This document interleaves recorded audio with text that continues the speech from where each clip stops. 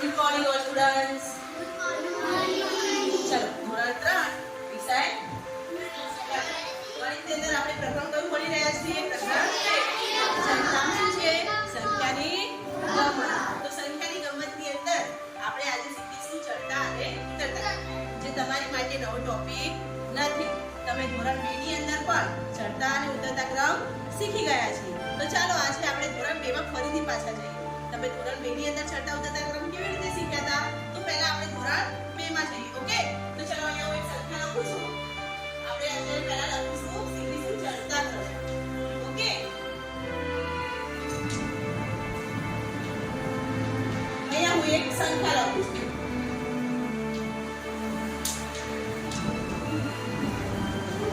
હવે આપણે જ્યારે કોઈ મંદિરની સીડી ચડીએ છીએ, હવે અહીંયા આપણે મંદિરની સીડી આ પ્રમાણે દોરું છું. તમે કહો છો નીચે મંદિરની સીડી આ પ્રમાણે હોતી નથી, બધા પગથિયાં એક સરખા હોય છે. પરંતુ જ્યારે આપણે નીચેથી જોઈએ તો આપણને આ પ્રમાણે સીડી દેખાય છે. પહેલું પગથિયું છે જે કેવું દેખાય છે? નાનું દેખાય છે, હે ને? તો આપણે જ્યારે પણ મંદિરનું પગથિયું ચડીએ એટલે આપણે શું બોલીએ છીએ? કેવું પગથિયું આવે? નાનું, પછી એનાથી થોડું મોટું, પછી એનાથી થોડું મોટું એમ કહીએ છીએ. પરંતુ જ્યારે ઉતરીએ ત્યારે કેવું આવે? ઉતરીએ ત્યારે કેવું પગથિયું આવશે? મોટું આવશે. તો ઉતરીએ ત્યારે ઉતરતા ક્રમ કહેવાય, ચડીએ ત્યારે ચડતા. ઓકે, હવે આ તો આપણે સીડી દ્વારા કર્યું. હવે તમને 1 થી 100 બધાને આવડે છે? 1 થી 100 બધાને આવડે છે ને? જે આપણે પહેલા ધોરણમાં પણ શીખી ગયા છીએ અને કેજી માં પણ શીખી ગયા છીએ. શીખી ગયા છીએ ને? આપણે અહીંયા શું 1 થી 10 ની લાઈન, 1 થી 10, 11 થી 20, પછી 21 થી 30. આ પ્રમાણે તમે 100 સુધી સંખ્યા શીખી ગયા છે. તો આપણે ચડતા ક્રમમાં જ્યારે ચડતા ક્રમ ગોઠવીએ ત્યારે આપણને સીધા અંક આવડતા હોવા જોઈએ. શું આવડતું હોવું જોઈએ? સીધા. તો ચલો આપણે એ પ્રમાણે ગોઠવીએ. તો ચલો આપણે 1 થી 10 ની લાઈનમાં સૌથી પહેલા કોણ આવશે એની અંદર? 1. તો આપણે પહેલા કોને ગોઠવીશું? 1.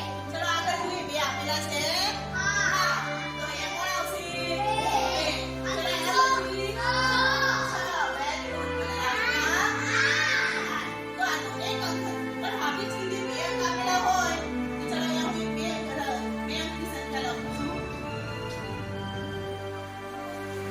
એમાં પણ લઈએ છીએ. તો હવે જો અહીંયા 1 થી 10 નું કોઈ અંક છે નથી. તો ચલો 11 20 નું કોઈ છે? કોણ છે? 10. તો અહીંયા પહેલા કોણ આવશે? 15. ચલો આગળ જઈએ તો કોણ આવશે 21 30 માં? 20.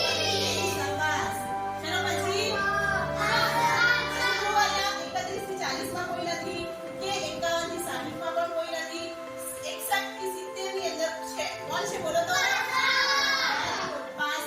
અને બાકી કોણ રહ્યું? 75. ઓકે, આ હતું ધોરણ 2 ના ચડતા ક્રમ. પરંતુ અત્યારે તમારે ધોરણ 3 માં કઈ રીતે આવે છે? તો આપણે એક સંખ્યા ધોરણ 3 ની લઈએ. ઓકે, આપણે ધોરણ 3 ની અંદર 3 અંકની સંખ્યા શીખ્યા: એકમ, દશક અને 100. એકમ, દશક અને 100. તો ચલો આપણે એકમ, દશક અને 100 3 અંકની ચડતા ક્રમ માટેની સંખ્યા લખીએ. તો અહીંયા જોઈએ મેં સંખ્યા લખું છું: 165, 160, 135 અને 125. હવે અહીંયા જુઓ, તમને અહીંયા સંખ્યા આપેલી છે. દરેકમાં 100 નો અંક 1 આપેલો છે. કયો છે?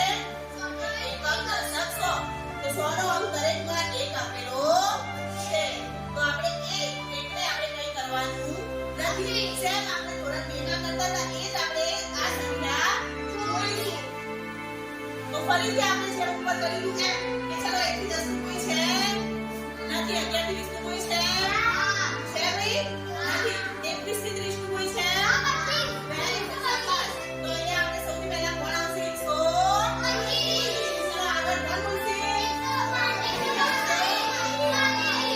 ચલો આગળ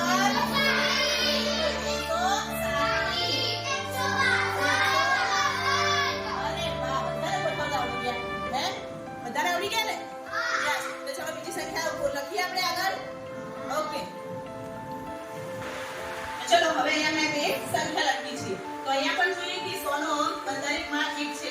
તો આપણે પાછળનો અંક જ જોવાનો છે. તો ફરીથી ચલો 1 થી 10 નું તમને કોઈ દેખાય છે પાછળના અંકમાં? તો 11 ની 20 નું કોણ છે? તો 111 ને સૌથી પહેલા લખીશું. ચલો 21 થી 30 માં કોઈ છે? 31 થી 40 માં? 41 થી 50 માં? 61 થી 70 માં? કોણ છે? 169. ચલો આગળ કોને લખો? 171 થી 180 માં કોઈ છે? નથી. ત્યાંથી 100 ની પહેલા કોણ છે? યસ. તો 179. અને લાસ્ટમાં કોણ બાકી રહ્યું? 81 થી 90 ની લાઈનમાં આવશે 185. તો તમને પહેલા શું આવડતું હોવું જોઈએ? સીધા અંક આવડતા હોવા જોઈએ. હવે આ તો આપણે સંખ્યા શીખી ગયા. પણ અહીંયા શું મેં તમને અહીંયા આપણે જોયું હતું કે 100 નો અંક દરેકમાં એક હતો. હવે અહીંયા શું 100 નો અંક દરેકમાં અલગ અલગ છે. છે ને? તો હવે આપણે પાછળનો અંક જોવાની જરૂર નથી. હવે માત્ર આપણે 100 ના ઉપરથી જ આપણે છઠ્ઠા ક્રમમાં લખવાનું છે. એની માટે આપણને 1 થી 10 જ આવડતું હોવું જોઈએ. તો ચાલો સૌથી 1 થી 10 માં કોણ છે? કોણ છે? 1 થી 10 માં કોણ છે? એક આગળ છે કે નહીં? તો કઈ સંખ્યા પહેલી લખવાની? 1 થી 10 માં પહેલા કોણ આવે? એક આવે કે નહીં? કઈ સંખ્યા પહેલા લખીશું? 185. ચલો તમને 2 આપેલા છે? નથી. 3 આપેલા છે? નથી. બોલો 4 આપેલા છે? તો કઈ સંખ્યા આવશે? 445. ચલો આગળ 5 આપેલા નથી. 6 આપેલા છે? તો કઈ સંખ્યા આવશે? 685. ચલો આગળ 786. તો આ પ્રમાણે તમે બીજી બધી સંખ્યા પણ બનાવી શકો છો. તમને હું ઘરે હોમવર્કમાં પણ આ રીતે તમને સંખ્યા આપીશ અલગ અલગ. તમારે એને ચડતા ક્રમમાં ગોઠવવાના છે. તો આ તો આપણે ચડતા ક્રમ શીખ્યા. પણ હવે આપણે ઉતરતા ક્રમ શીખીએ. ચલો તો આપણે ચડતા ક્રમ તો શીખી ગયા. તો હવે આપણે ઉતરતા ક્રમ શીખીએ. તો ઉતરતા ક્રમ આપણે કહ્યું હતું કે ચડતા ક્રમ શીખવા હોય તો આપણને સીધા અંક આવડતા હોવા જોઈએ. તો એ જ પ્રમાણે આપણે ઉતરતા ક્રમ શીખવા હોય તો આપણને ઉતરતા ક્રમ આવડતા હોવા જોઈએ. ઓકે, આપણે અહીંયા વાત કરી કે આપણે ચડીએ છીએ ત્યારે આપણને નાનું પગથિયું દેખાય છે. પણ આપણે જોઈએ કે નદી ત્યારે આપણને કેવું પગથિયું દેખાય છે? મોટું. તો આપણે પણ અહીંયા સંખ્યા કઈ ગોઠવવાની છે? મોટી. ઓકે, તો અહીંયા મેં તમને આ પ્રમાણે પણ શીખવાડ્યું છે કે ઉતરતા ક્રમ. તો પહેલા આપણે ઉતરતા ક્રમ પ્રમાણે જોઈએ તો 91 સૌથી 1 થી 91 થી 100 ની લાઈન પહેલા, પછી 81 થી 90, 71 થી 80, 61 થી 70. ઓકે, તો આ પ્રમાણે તમને ઉતરતા ક્રમ તો આવડે છે. તો હવે આપણે એ પ્રમાણે સંખ્યા ગોઠવવાની છે. તો આપણે પહેલા 2 અંકની સંખ્યા જોઈએ. તો સૌથી મોટી સંખ્યા કઈ છે? ઓકે, તો ચલો આપણે અહીંયા આવો હેલિસ. તો અહીંયા આપણે હેલિસ કહેશે કે સૌથી મોટી સંખ્યા કઈ છે?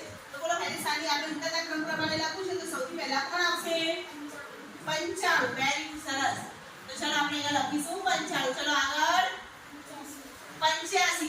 એ પણ આપણે યાદ રાખી શકીએ કે જો આપણે દરેકમાં આગળનો અંક અલગ અલગ છે. તો આપણે સૌથી મોટો અંક પણ લઈ શકીએ. તો જેમ આપણને હેલિસે કીધું કે સૌથી પહેલો અંક મોટો અંક 9 છે. તો આપણે 9 વાળી સંખ્યા લીધી. તો 9 પહેલા કોણ આવે? 9 પહેલા 8. તો આપણે કઈ સંખ્યા આવશે પછી? 8 5 85. ચલો 8 પહેલા કઈ સંખ્યા આવે? 7. તો અહીંયા તમને 7 વાળી કોઈ સંખ્યા દેખાય છે? હા, તો તમે કહેશો શું કહેશો? બોલો.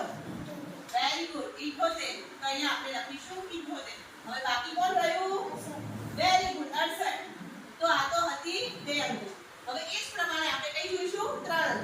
તો 3 અંકમાં મેં પણ તમને કહ્યું કે પહેલા આપણે એકમ, દશક અને 100 નો અંક જોવાનો. તો 100 માં દરેકમાં એક સરખું છે. તો એક સરખું હોય તો આપણે કયા અંક જોવાના? પાછળના 2 અંક. કયા જોવાના? પાછળના 2 અંક. તો અહીંયા જો 2 અંક વાળીમાં મેં તમને કહ્યું કે અહીંયા એકમ, દશક અને 100 નો અંક દરેકમાં સરખો છે. તો આપણે પાછળના 2 અંક જોવાના. પાછળના 2 અંકમાં સૌથી મોટી સંખ્યા કઈ છે? તો અહીંયા આપણે દેવને પૂછે. ચલો દેવ આવો અહીંયા. તો અહીંયા પાછળના અંકમાં સૌથી મોટી સંખ્યા કઈ છે? 197. એટલે કે અહીંયા જે વચ્ચે વાળો અંક આપણે જોવાનો કે કયો મોટો છે. તો કયો છે? 197. શાબાશ. ચલો 197 પહેલા કોણ આવશે? 169. સરસ. તો અહીંયા લખીશું 169. ચલો અહીંયા 6 છે. 6 પહેલા કોણ આવે? 5 આવે. પણ 5 વાળી કોઈ સંખ્યા છે નહીં. તો ચલો 4 વાળી કોઈ સંખ્યા છે? યસ, કઈ છે? 147 વેરી ગુડ. અને લાસ્ટમાં કોણ આવશે? 135. સરસ. બેસો. હવે એ તો આપણે શીખી ગયા અને આપણે જેમ અહીંયા સિદ્ધાંત એટલે કે ચડતા ક્રમમાં શીખ્યા હતા એ જ પ્રમાણે ઉતરતા ક્રમમાં પણ અહીંયા જો એકમ દશક અને 100 નો અંક દરેકમાં અલગ અલગ આપેલા છે. તો આમાં પણ આપણે સૌથી મોટો અંક જોવાનો. સૌથી મોટો અંક કયો છે? 9. તો અહીંયા 9 વાળી સંખ્યા સૌથી પહેલા લખીશું એટલે કે 957. ચલો 9 પહેલા 8 આવે પરંતુ 8 વાળી કોઈ સંખ્યા આપેલી નથી. 7 વાળી આપણને સંખ્યા આપેલી છે પરંતુ કેટલી છે? 2. 2 એક જેવી હોય ત્યારે આપણે કયો અંક જોવાનો? પાછળનો. તો પાછળના અંક સૌથી મોટું કોણ છે? 45 કે 55? 55. તો આપણે અહીંયા લખીશું 755. ચલો પછી આવશે 745. અને બાકી કોણ રહ્યું? 7 પહેલા આવે 6 તો 685. તો બોલો દરેકને ચડતા ઉતરતા ક્રમમાં ખબર પડી ગઈ? તો આજે હોમવર્ક દરેકને હું સેન્ડ કરું ને? ઓકે. તો દરેકને આજે હોમવર્ક આપવામાં આવશે એ પ્રમાણે દરેકે જાતે ના મમ્મી કે પપ્પાનો સહારો લઈ જાતે આપણે સંખ્યા બનાવવાની છે.